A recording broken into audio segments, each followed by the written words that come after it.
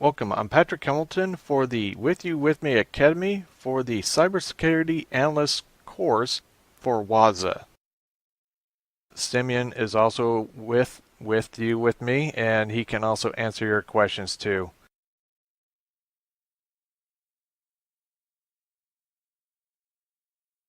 Okay, so with one moment while I bring it up, the Ubuntu client. Now, if you have, oh, I'm sorry.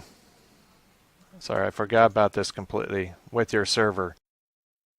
All right, so for example, with you, Lee, if you have the hardware may not be capable of supporting both a client and a server, this is what will allow you to at least see the capabilities of the Ubuntu, or I mean, the Wazah server.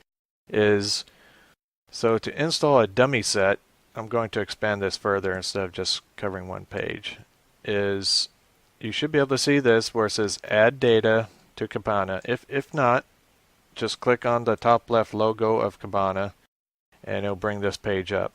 Kibana is the GUI, the graphic user interface for Wazah, and so that's why it has the name there. To add in a dummy set, and by all means that's not meant to be an install, it's just that it's data set that just has no important data. There's right here, add simple data, load a data set in a Kibana dashboard. You click on that and you have three choices. You have a choice of e-commerce or flights or even a web server, which is what I would prefer, as this is most likely you would be using it for. Oh, excellent. Good job.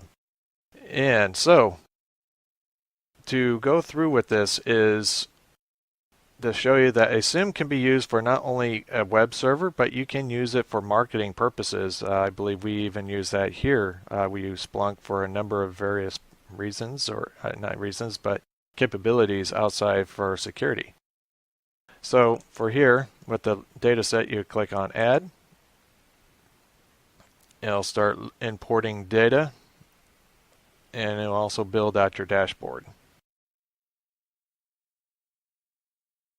If by all means you have completed the ability to have your server up and running, you can access it, and you have your agents communicating, you will not need to sit through the rest of this unless you really like to.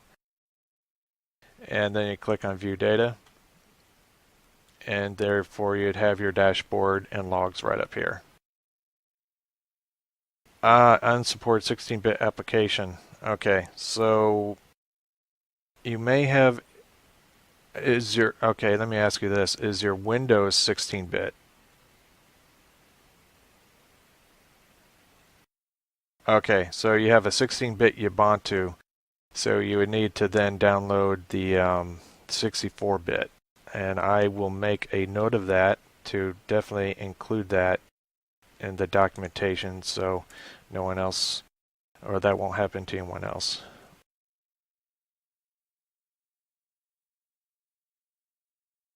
But you can still go along because there's actually some shortcuts here that will make it go well for you with the operating system, and I will get to that right now. So this is what you should see on the server side. If you've completed this portion, that is actually a very good accomplishment. We've been having some difficulties of people getting to this point. So if you got that, that's good. If we're having difficulties with the agents, then at least you've accomplished this and you can go through the rest of the exercise. So for the client side, all right, with your Ubuntu client, go ahead and log in. And unless you mistype like myself. Now, there is a set of procedures that haven't been put into the documentation yet that will make installing the agent a whole lot easier than was listed. This actually was found by another student, Philip, first name Philip, last name Lubritz. He actually emailed me this, and I have yet to put into the documentation, but it definitely saves a lot of time when you're trying to get the communication between the two to work.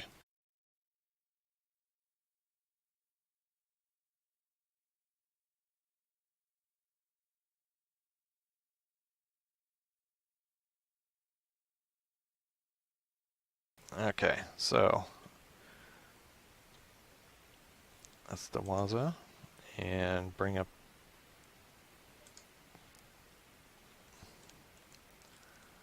Well, interesting with the features you have that pictures don't show up. Okay, so, but we don't need the pictures what it is because I already have the picture to your left right here. So on your Ubuntu machine, please execute this command right here. I'll post it in chat.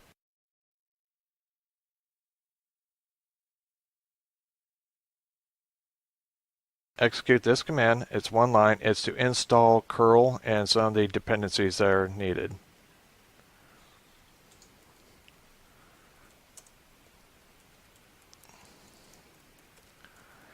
If you get errors, there's a couple reasons that may have caused it. Is that it could be a DNS setting problem. It can also be a issue with mistyping or a process is locked up.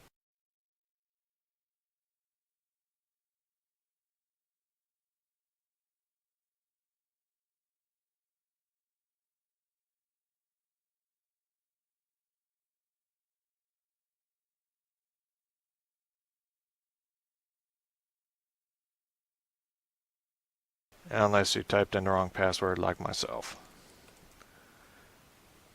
Alright, so this does happen where it says it's being locked by another process. One of the possibilities is that there's an update that's occurring or another process is indeed using it. So the next step is to find out what process is using it, such as ps aux grep apt. This is in the Wazuh Agent install documentation, page number 6, step number 6.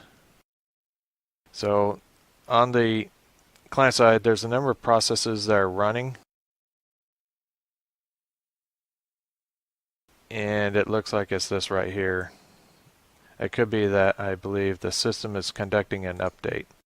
So to attempt to kill it and to do the install is the sudo kill and then the process number. So I'm going to believe it's this one here. I suspect it's going to be the 26918. Well, they probably ended now, so I'm going to attempt one more to do the install. And that does happen.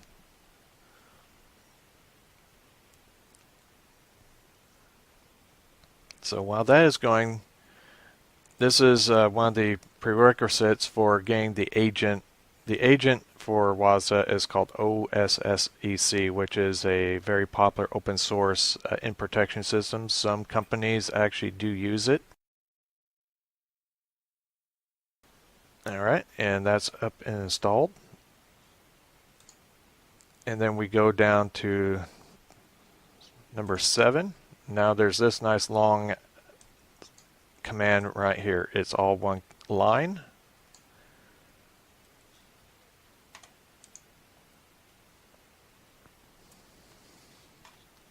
Go ahead and type that in.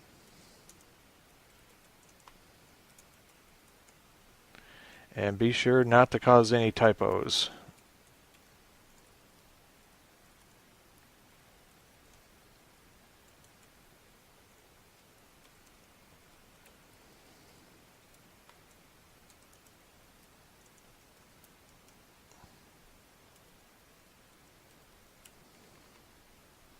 Verify, make sure it's typed in correctly, like I did a mistake right there. And I did another typo.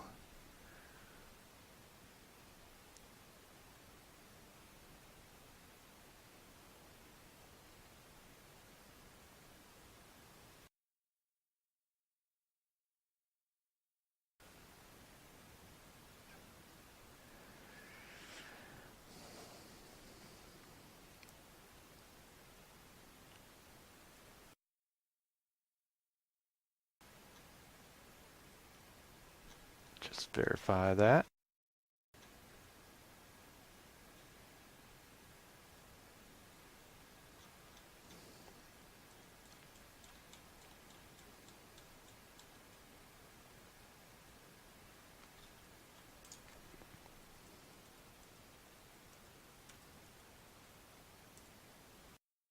Perform a quick update.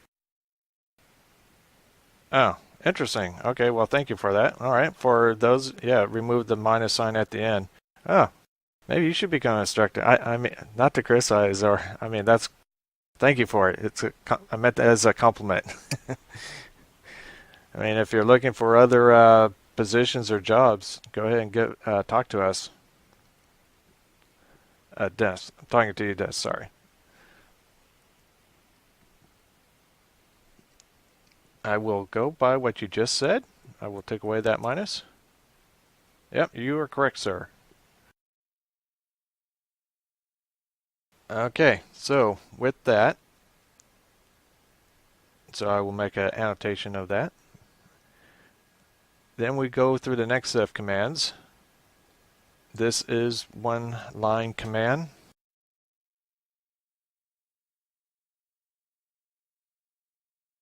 Go ahead and execute that one. Give you some time to do it because it is a bit of typing. And also something else that this exercise helps out is it gives you a good idea of how to work with Linux and of using the command line, which even though it may seem archaic considering of the type of user interfaces we have, it gives you a good set of skills and lets other people know that you know your stuff when you start going into the command line.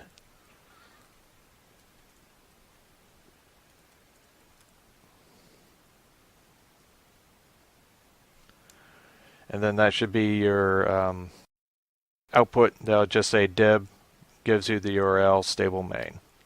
You're just basically updating with the repositories. At which case then you would perform an apt-get update.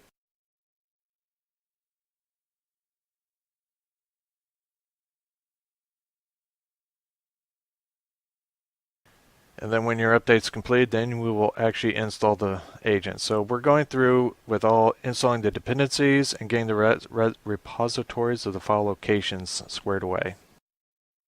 Anyone have any questions at this time or problems? In which case, you will then install the agent.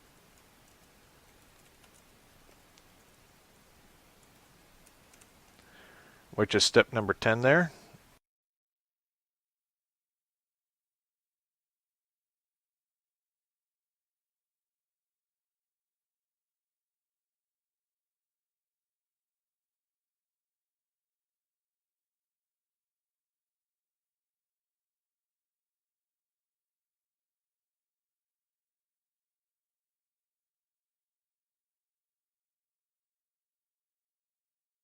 Okay, and while that's going, you can skip down to step number 19 on page 9.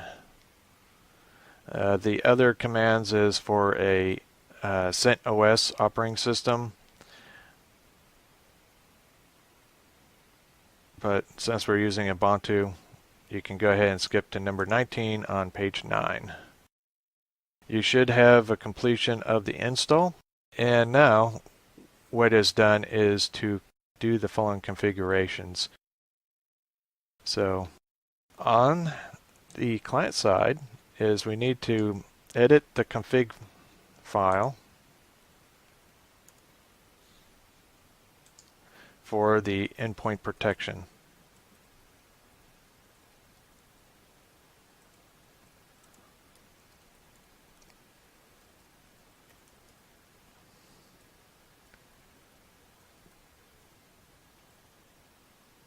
And do not use sudo. I'm sorry. Bad habit.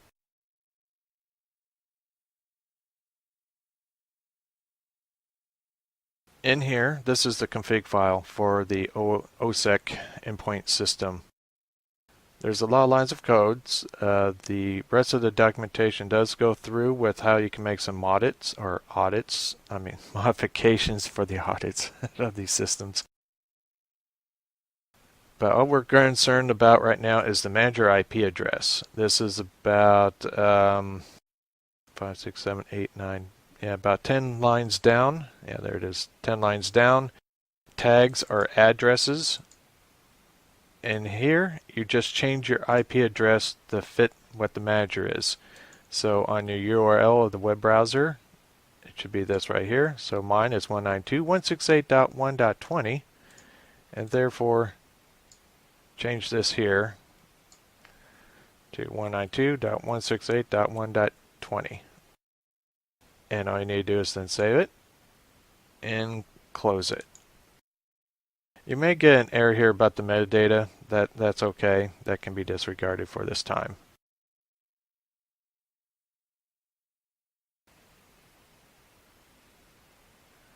One more.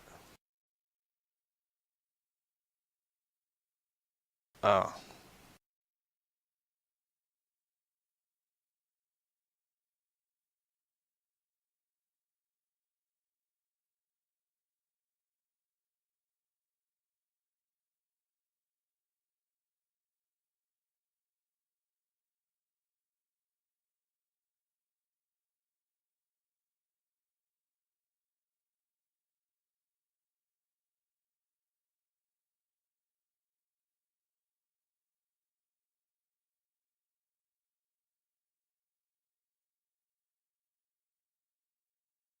Okay.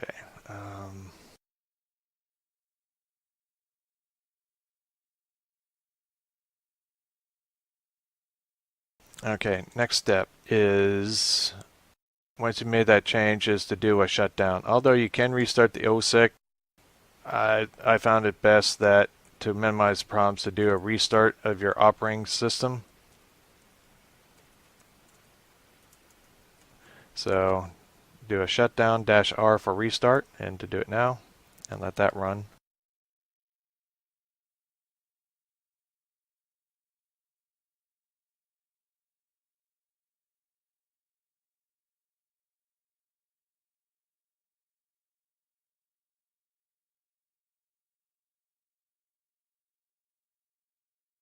Alright, so now the next set is, on the instructions, there's a fairly complex way of typing out basically a 32 character key, and there's a quick way instead of doing that right here, and I'm going to post that now in chat. I'll let you know when to execute these, but basically you follow these 3 lines here. Actually, we've already did this one, so that's already can be disregarded.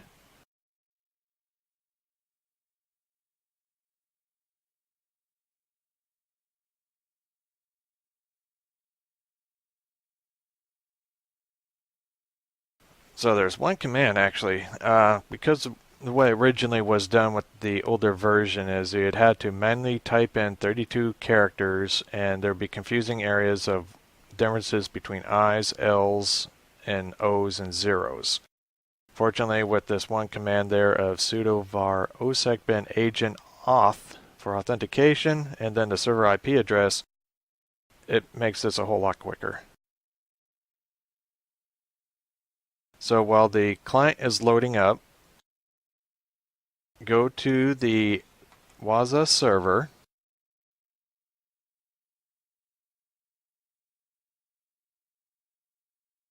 and execute this command to go to the managers for the agents.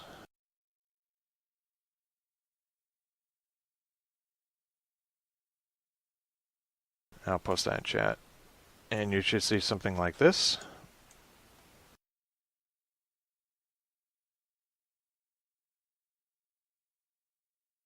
At which case then you want to add an agent. It's going to ask for the name.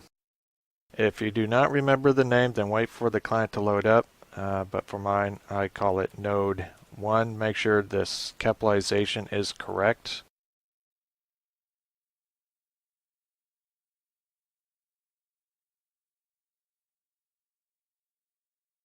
And we'll also have to have the IP address. So if you don't know the IP address to the client as well, then need to wait. And so that's why I'm going to wait, because I did not memorize it.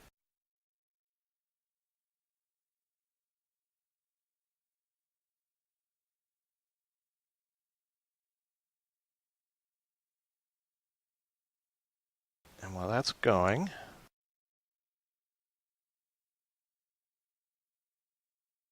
let me see.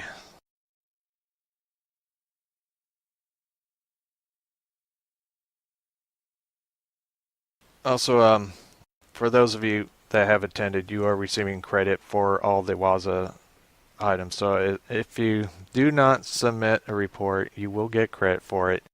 But since you got past the hard parts, I would at least that you submit the report for it.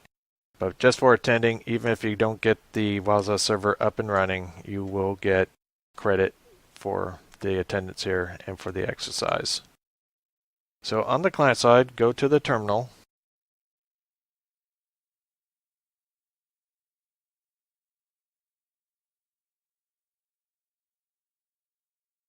All right, and right here, this will be the computer name.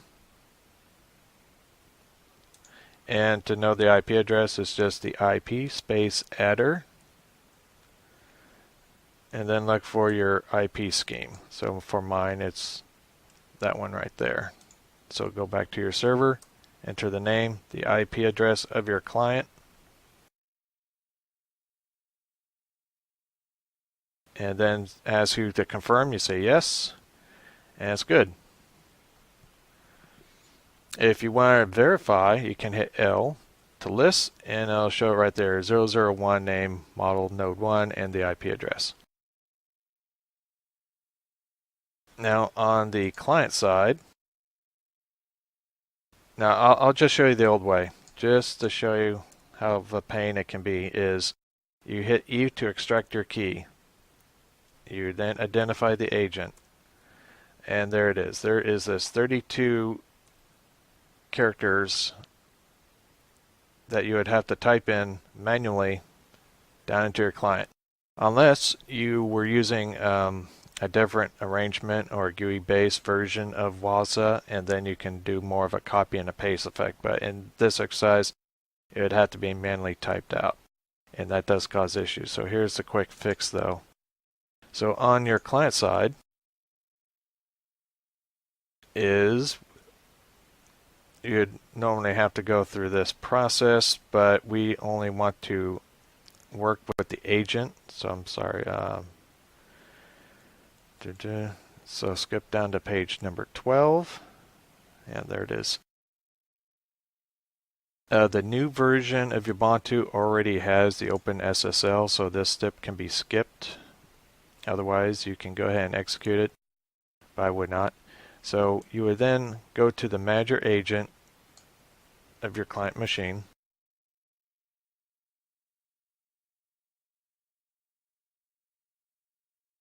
And I will bring that over here.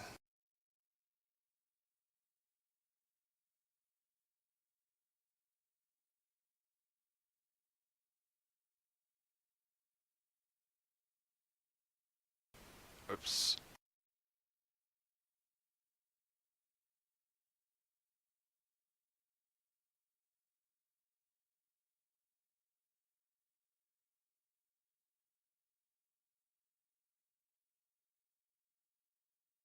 And then put in the password. And then it says the import key or quit. And no, I'm sorry. I've done this so many times. I'm doing it the old way, but I'm going to show you now. You then hit I to import, and then you now have to type in that nice long character. So I'm sorry, I'm showing you the old way. I'm so much in a habit of that. That is not correct. So hit /Q to quit. Q to quit. And I posted it here for you. So now you're going to type in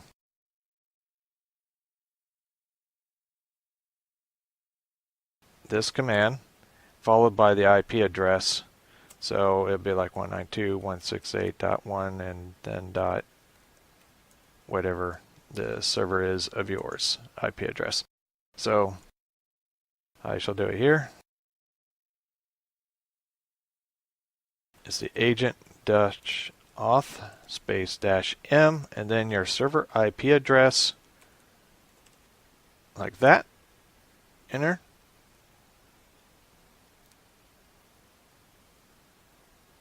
And it received the key. Of course, I'm not using any password. That in a more secure environment, you would want a password protection for your endpoint system, which can be configured, but for the purpose of the exercise, don't want to add too much complexity.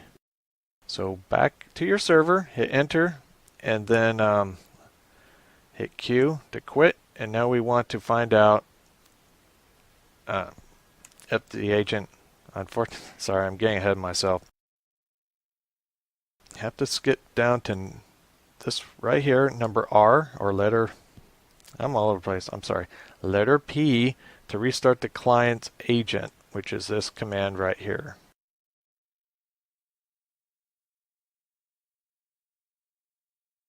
So back to the client, make a restart.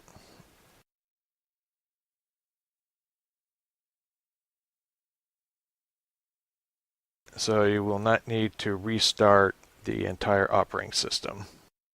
Also, is there an easier process for this? Yes, there is.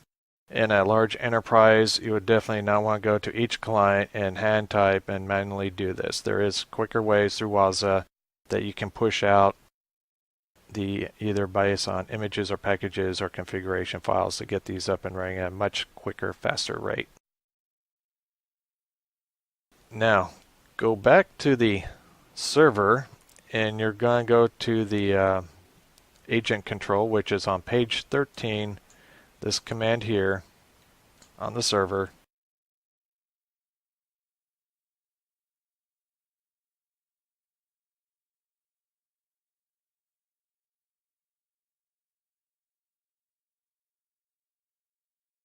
So agent control with a parameter L. And now because of this, it changed it. Instead of agent 001, it's now agent 002. But it shows node 1, the IP, well, is any based on this command, makes it a lot easier, and it's active. This is quite helpful if, say, you're in a dynamic IP addressing environment and your computers are changing, and therefore it can stay as any. Or if you prefer, you can make the adjustment to it if you like. As long as you see active, you're great. There's not much left to go from here, but if anyone does not show active, shows disconnect or never connected or some other error, please bring it up now. This is actually one of the toughest portions. The other is if you don't see your server. To verify if your server is indeed talking to your client, you can go back to your browser. Oh, and if you have performance issues, to slow down Wazah, instead of the 15-minute check, you can reduce this down to, say, a 1-hour check. So that will also help reduce performance issues. Within the Wazah, click on Wazah itself.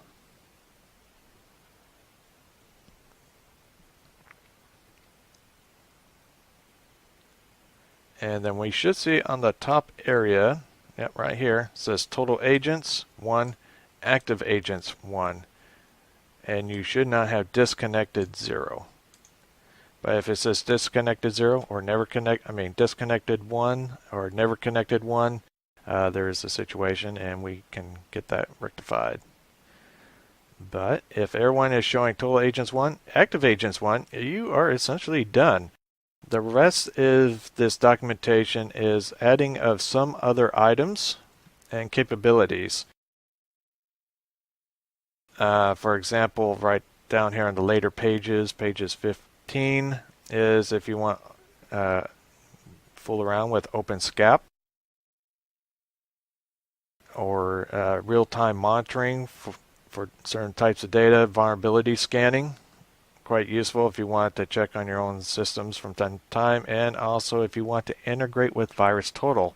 But since this is a free public use, you're limited to the number of events that can be checked through VirusTotal. If you go through the subscription package, then you can get a much more information that can be checked by VirusTotal. So that's quite useful if you want another party, such as VirusTotal, that's now owned by Google, to check on your systems. But of course, it depends on your level of confidentiality or classification of data, and if you want anything accessing your network. If normal businesses should be fine, but if you're dealing with government or military networks, then going through the external sources is probably very unlikely. Or you can only do it one way, and you're going to be very selective to what is sent out. Otherwise, are there any questions, any problems at this point of time? Did I put everyone to sleep with my Ben Stein impersonation? Assuming anyone knows who Ben Stein is. Anybody? Anybody? Bueller? No, sorry. Joke on me.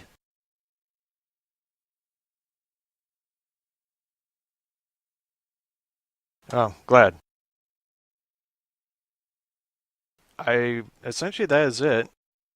At this point in time, if you can, let your machines run for 24 hours.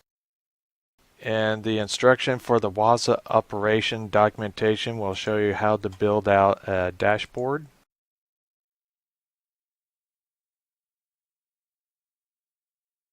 Yes, there is a recording of the session. There might be some edits. Actually, I found out there was a problem with the first session, so I will redo it.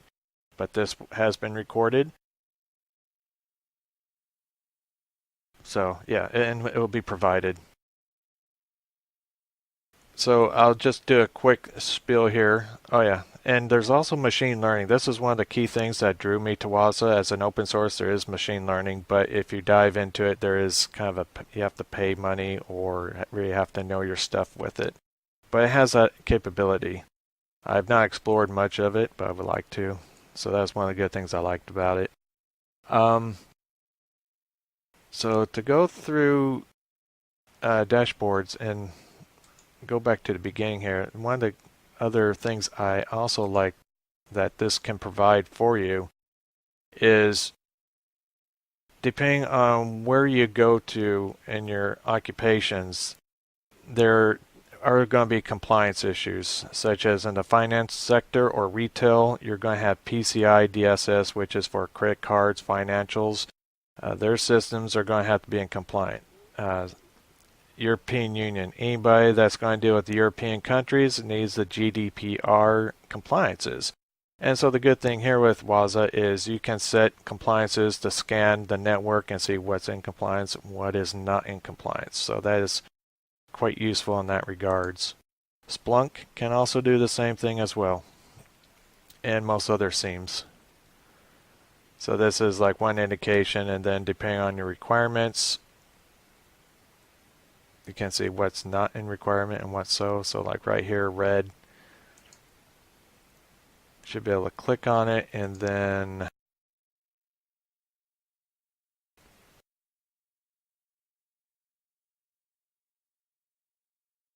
so let me see. Oh, started.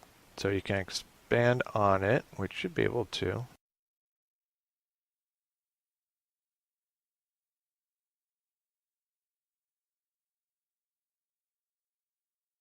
Alright, so testing and making changes to firewall and router configurations. Because Wazah did that, it did not like it, so it didn't meet the compliance.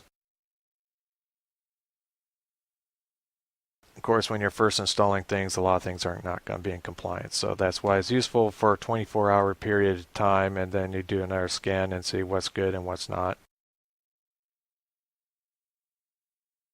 Go back to the dashboard. Now, unfortunately, when you have installed the dummy set information, it's going to, you have to remove it to then install the other dashboards. Like right here. So let's say create a new dashboard.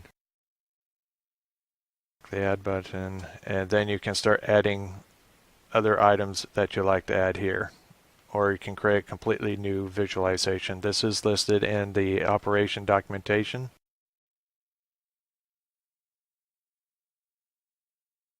So you can say, okay, I want to see who came from other countries, and then where do you want to move it, what size,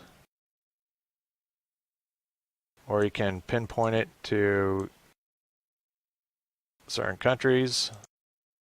So it's quite flexible in that regards. Other than that,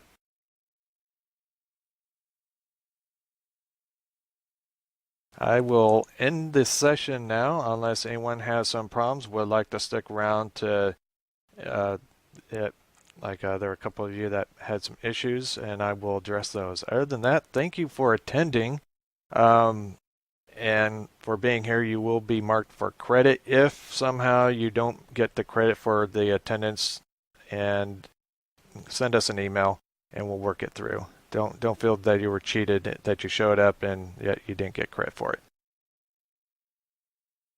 Other than that, take it easy. Glad you're here, and enjoy the rest of the day or evening, depending where you were at.